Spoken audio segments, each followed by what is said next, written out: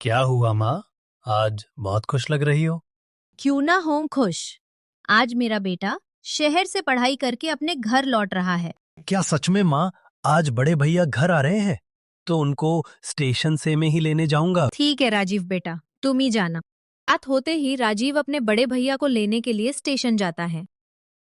Station पर राजीव अपने बड़े भैया से मिलता है और कहता है कि कैसे हो बड़े भैया आप?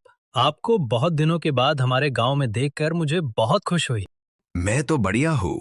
तू बता छोटे, तू कैसा है और अपने घर में सब कैसा चल रहा है? घर में सब अच्छा है भैया, और अब तो आपके आने से घर में सब कुछ और अच्छा लगेगा। राजीव अपने बड़े भाई गौरव से मिलने के बाद दोनों भाई घर जाने के लिए वहां से निकल जाते हैं।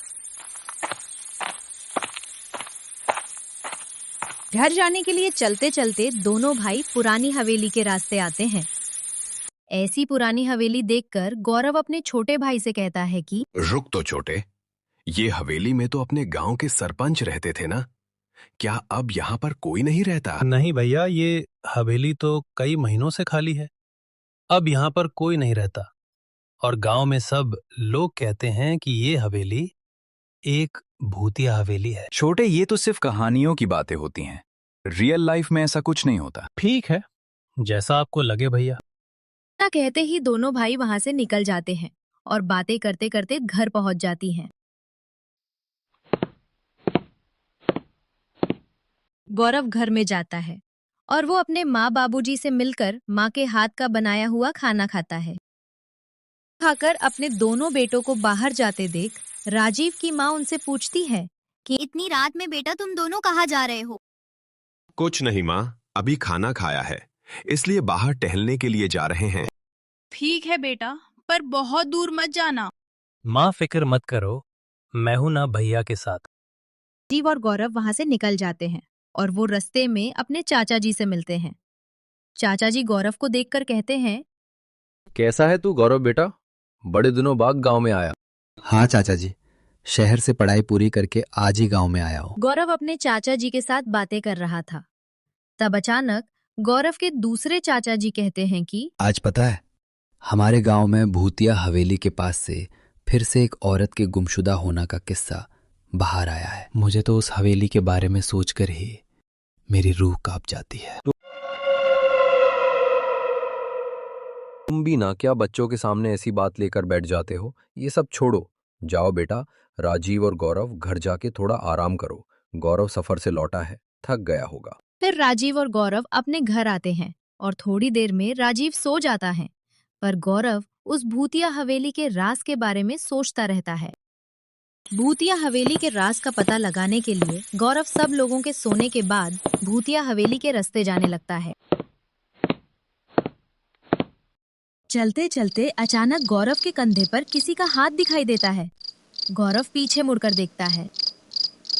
या आप इतनी रात में कहाँ जा रहे हो? छोटे, में भूतिया हवेली में वहां के राज के बारे में पता लगाने के लिए भूतिया हवेली जा रहा हूँ। आखिर ऐसा तो क्या है उस हवेली जिसने हमारे गांव में इतना खौफनाक डर फैला रखा है? पर भैया, आधी रात में आपका भूतिया हवेली में जाना किसी खतरे से खाली नहीं होगा। तू फिक्र मत कर छोटे, ऐसा कुछ नहीं होगा। तू यही रुक, मैं भूतिया हवेली में जाकर आता हूँ। इतना कहते ही गौरव वहां से भूतिया हवेली में जाने के लिए निकल जाता है। शहर से पढ़ाई पूरी करके आया हुआ गौरव गांव के भूत प्रेत की बातें झूठी मानकर बिना डरे हवेली में जाता है।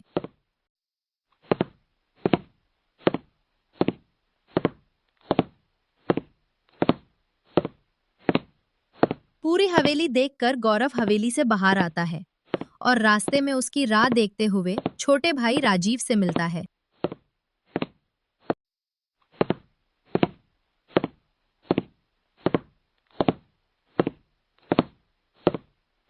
भैया, मुझे तो बहुत फिक्र हो रही थी आपकी। आप ठीक तो हो ना? हाँ छोटे, तू फिक्र मत कर, मैं ठीक हूँ। और रात बहुत हो गई है, चल जल्दी से घर जाते हैं। माँ को पता चलेगा तो फिक्र करेगी, और भूतिया हवेली के राज में तुझे घर जाकर कहूंगा। हाँ ठीक है भैया, अभी रात भी बहुत हो गई है और अंधेरा भी काफी है, तो हम मोबाइल की टॉर्च करके घर जाते हैं। अरे मेरा मोबाइल तो मेरे पास है ही नहीं। मुझे लगता है शायद वो वहां हवेली में ही रह गया है। हाँ चलो भैया, मैं भी आपके साथ हवेली में आपका मोबाइल ढूंढने आता हूँ। बाद में दोनों भाई भूतिया हवेली में गौरव का मोबाइल ढूंढने के लिए जाते हैं।